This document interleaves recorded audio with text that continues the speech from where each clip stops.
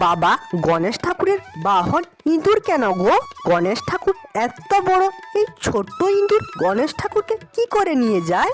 রামুর ছেলের এমন প্রশ্নে মূর্তিকার বলে উঠল, ভালো প্রশ্ন করেছো বাবা।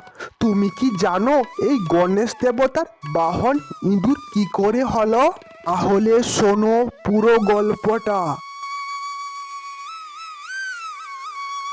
একবার গজমুখাসুর নামে এক অসুর ছিল। সে একবার মহাদেবের ধ্যান করতে বসে। ওম নমঃ শিবায়, ওম নমঃ শিবায়, ওম নমঃ শিবায়, ওম নমঃ শিবায়। হে গজামুখাসুর, চোখ খোলো, আমি তোমার ধ্যানে প্রসন্ন হয়েছি। বলো তোমার কি চাই? প্রণাম মহাদেব, আমাকে